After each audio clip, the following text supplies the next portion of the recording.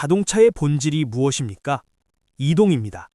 굴러가야 가치가 있는 기계죠. 그런데 참으로 역설적인 상황이 벌어지고 있습니다.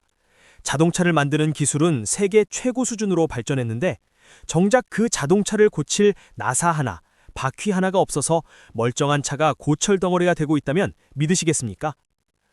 우리는 흔히 경제 위기를 논할 때 환율이 얼마가 올랐고 기준 금리가 몇 %인지를 먼저 따집니다. 하지만 진짜 위기는 숫자판 위가 아니라 우리 눈에 보이지 않는 혈관에서 시작됩니다. 오늘 우리가 주목할 곳은 바로 그 혈관이 막혀버린 현장, 한국 GM 세종물류센터 사태입니다. 단순한 노사 갈등으로 보이십니까? 아닙니다. 이것은 거대 기업의 기침이 어떻게 소상공인의 폐렴으로 번지는지, 그리고 공급망의 붕괴가 실물 경제에 어떤 충격파를 던지는지를 보여주는 가장 적나라한 경제 교과서입니다. 2026년 1월 말, 지금 대한민국 부품 생태계에 켜진 빨간불의 의미를 심층 분석해 보겠습니다. 구독과 좋아요는 사랑입니다. 지금 바로 시작합니다. 경제라는 거대한 신체에서 물류는 혈액순환과 같습니다. 심장이 아무리 튼튼해도 혈관이 막히면 괴사가 일어납니다. 지금 한국 GM 사태의 본질은 바로 동맥경화입니다. 이번 사태의 발단은 세종물류센터의 비정규직 대량 해고 문제에서 시작됐습니다. 하지만 우리는 오늘 누가 옳고 그르냐는 정치적 논쟁을 하려는 것이 아닙니다. 우리는 철저히 경제적 관점에서 결과값을 봐야 합니다. 세종물류센터는 단순한 창고가 아닙니다. 전국 각지의 서비스 센터와 부품 대리점으로 뻗어나가는 허브입니다. 이곳이 멈췄다는 것은 전국 수백, 수천 개의 모세혈관으로 가야 할 영양분 공급이 0이 되었다는 뜻입니다. 현재 파업과 봉쇄로 인해 물류 차량의 진입출이 사실상 통제되었습니다. 평소라면 하루에도 수백 톤의 부품이 들락거려야 할 곳이 지금은 개미 새끼 한 마리 지나가기 힘든 요새가 되어버렸습니다. 경제학적으로 볼 때 이런 공급망의 병목 현상은 시간 흐름에 따라 피해 규모가 산술급수적이 아니라 기하급수적으로 늘어나는 특징이 있습니다. 초기 1, 2일간은 재고로 버티지만 일주일이 넘어가면 시스템 전체의 마비, 즉 시스템 리스크로 전이됩니다. 현재 이곳의 상황은 단순한 배송 지연 수준을 넘어섰습니다. 물류 시스템이라는 인프라 자체가 셧다운된 상태입니다. 2026년 현재 고금리 기조가 여전히 유지되는 상황에서 이러한 공급 청격은 기업들에게 치명타가 될 수밖에 없습니다. 대전의 한 부품 대리점을 찾아봤습니다. 현장의 모습은 충격적이었습니다.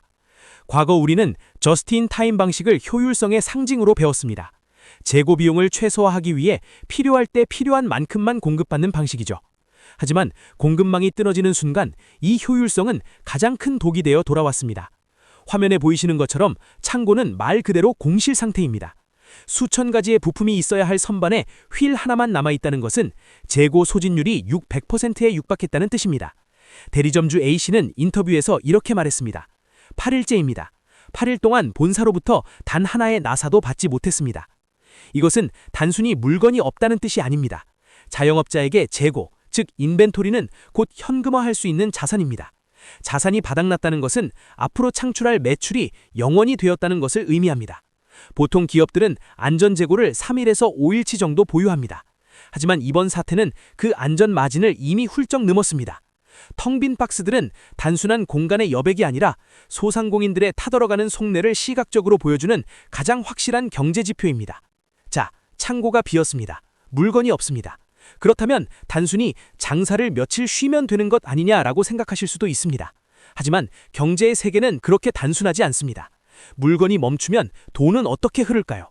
여기서부터 진짜 공포가 시작됩니다. 경영학에서 가장 무서운 단어는 적자가 아니라 흑자부도입니다. 현금 맥경화, 즉 캐시플로우가 막히는 것이죠. 부품이 없으니 카센터, 공업사 등 B2B 거래처에 물건을 납품할 수 없습니다. 일반 소비자의 문의 전화는 빗발치지만 죄송합니다, 부품이 없습니다 라는 말만 반복해야 합니다. 이로 인해 대리점들의 매출은 순식간에 반토막, 아니 그 이하로 추락했습니다. 문제는 거래의 신뢰가 깨진다는 점입니다.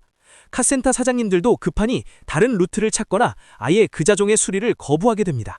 한번 끊긴 거래처를 다시 복구하는 데는 수년의 시간이 걸립니다.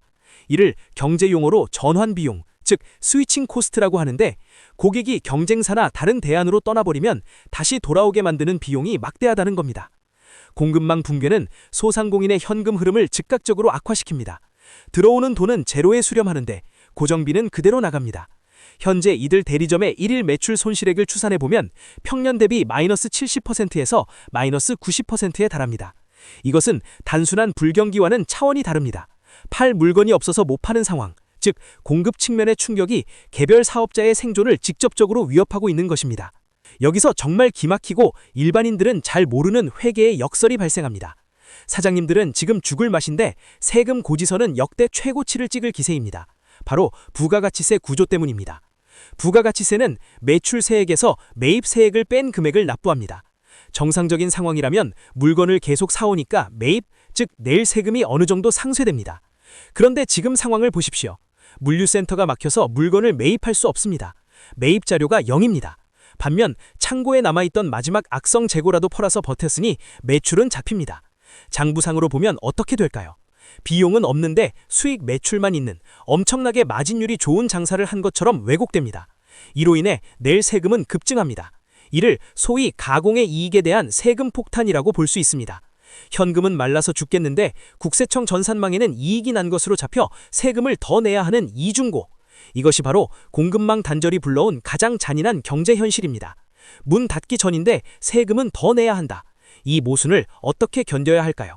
피해는 대리점에서 끝나지 않습니다. 최종 소비자와 만나는 접점, 바로 서비스 센터로 전이됩니다. 자동차는 약 3만 개의 부품으로 이루어진 결합체입니다. 엔진이 멀쩡해도 1,000원짜리 오일링 하나가 없으면 출고를 못합니다. 지금 서비스 센터에선 고객을 문전박대하는 초유의 사태가 벌어지고 있습니다. 정비센터의 수익 모델은 크게 부품 마진과 공임, 즉 기술료 두 가지입니다. 부품이 없으니 부품 마진은 사라지고 수리를 못하니 공임 수익도 발생하지 않습니다. 오직 할 수 있는 건 엔진오일 교체 같은 단순 소모품 정비뿐입니다. 현장의 목소리는 처참합니다. 매출 발생이 사실상 제로입니다. 더 큰 문제는 기회비용입니다. 고객은 차를 고치러 왔다가 헛걸음을 합니다. 이 고객이 다음에 차를 살 때 그 해당 브랜드를 선택할까요? 브랜드 충성도가 붕괴되는 순간입니다. 기업 가치는 주식시장의 주가로만 결정되는 것이 아닙니다. 서비스 현장에서 고객이 느끼는 효용 가치가 제로가 되는 순간 그 기업의 미래 현금 흐름도 위협받는 것입니다. 지금의 물류 대란은 미래의 잠재 고객까지 내쫓고 있는 셈입니다. 매출이 끊겼다고 지출이 멈춰주지는 않습니다. 이것이 경영의 냉혹함입니다. 임대료, 전기세, 그리고 가장 큰 비중을 차지하는 인건비. 이 고정비는 시계추처럼 정확하게 통장에서 빠져나갑니다. 경제학에서 말하는 영업 레버리지 효과가 역으로 작용하는 순간입니다. 매출이 줄어드는 비율보다 영업이익이 감소하는 폭이 훨씬 더 커지는 구간에 진입했습니다. 많은 협력업체 사장님들이 직원 월급 줄 돈이 없다고 호소합니다. 이것은 엄살이 아닙니다. 중소업체들은 대기업처럼 현금성 자산을 넉넉히 쌓아두고 있지 않습니다. 한 달만 현금이 돌지 않아도 바로 부도 위기, 즉 유동성 위기에 직면합니다. 이미 폐업을 심각하게 고려하거나 실제로 폐업 절차를 알아보는 업체들이 속출하고 있습니다. 이들이 문을 닫으면 그곳에서 일하던 직원들은 실직자가 됩니다. 지역 경제 소비가 위축되고 상권이 죽습니다. 한국 GM이라는 거대 기업의 하나가 지역 사회의 고용과 소비 생태계 전반을 흔드는 나비 효과를 일으키고 있는 것입니다. 상황이 이 지경에 이르자 뒤늦게 대책들이 나오고 있습니다. 하지만 과연 이 대책들이 지금 당장 산소호흡기가 필요한 협력업체들에게 실질적인 도움이 될까요? 아니면 그저 보여주기식 처방일까요? 사태가 걷잡을 수 없이 커지자 한국 GM 측에서 비상대책을 내놓았습니다. 핵심은 우회 공급망 구축입니다.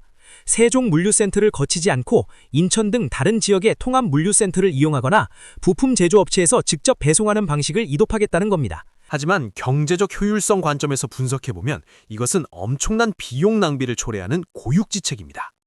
물류의 핵심은 규모의 경제, 한 곳에 모아서 한 번에 뿌려야 비용이 절감됩니다.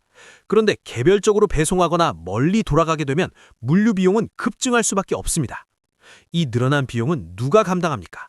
단기적으로는 본사가 부담하겠지만 장기적으로는 부품 가격 인상이나 협력업체 마진 축소로 전가될 가능성이 높습니다. 또한 새로운 물류 경로를 세팅하는 것은 하루아침에 되는 일이 아닙니다. 전산 시스템을 수정하고 운송 계약을 다시 맺어야 합니다. 대책은 발표되었지만 현장의 혼란을 잠재우기에는 물리적인 시간이 턱없이 부족합니다. GM의 대책 발표에도 불구하고 현장의 목소리는 여전히 차갑습니다. 그래서 당장 내일 물건이 옵니까? 라는 질문에 아무도 확답을 주지 못하기 때문입니다. 물류 전문가들은 공급망이 셧다운되었다가 다시 정상 궤도에 오르는 데에는 멈춰있던 기간의 최소 2배에서 3배의 시간이 필요하다고 분석합니다.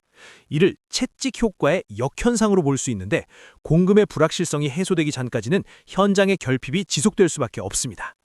협력업체들에게는 하루하루가 희망 고문입니다. 당장 다음 달 임대료와 세금을 걱정해야 하는 이들에게 곧 정상화될 것이다 라는 말은 공허한 메아리일 뿐입니다. 이번 사태는 우리에게 묵직한 시사점을 줍니다. 대기업의 노사 갈등이 단순히 그들만의 리그가 아니라는 점입니다. 하나의 거대한 기업은 수천 개의 중소기업, 수만 명의 근로자 생계와 톱니바퀴처럼 맞물려 있습니다. 상생이라는 단어가 도덕 교과서에 나오는 말이 아니라 생존을 위한 필수 경제 전략임을 이번 사태가 증명하고 있습니다. 물류가 멈추면 경제의 숨통도 끊어집니다. 하루빨리 이 혈관이 뚫려서 성실하게 일하는 협력업체 사장님들의 창고가 다시 채워지길 바랍니다. 오늘 영상이 도움이 되셨다면 구독과 좋아요 부탁드립니다.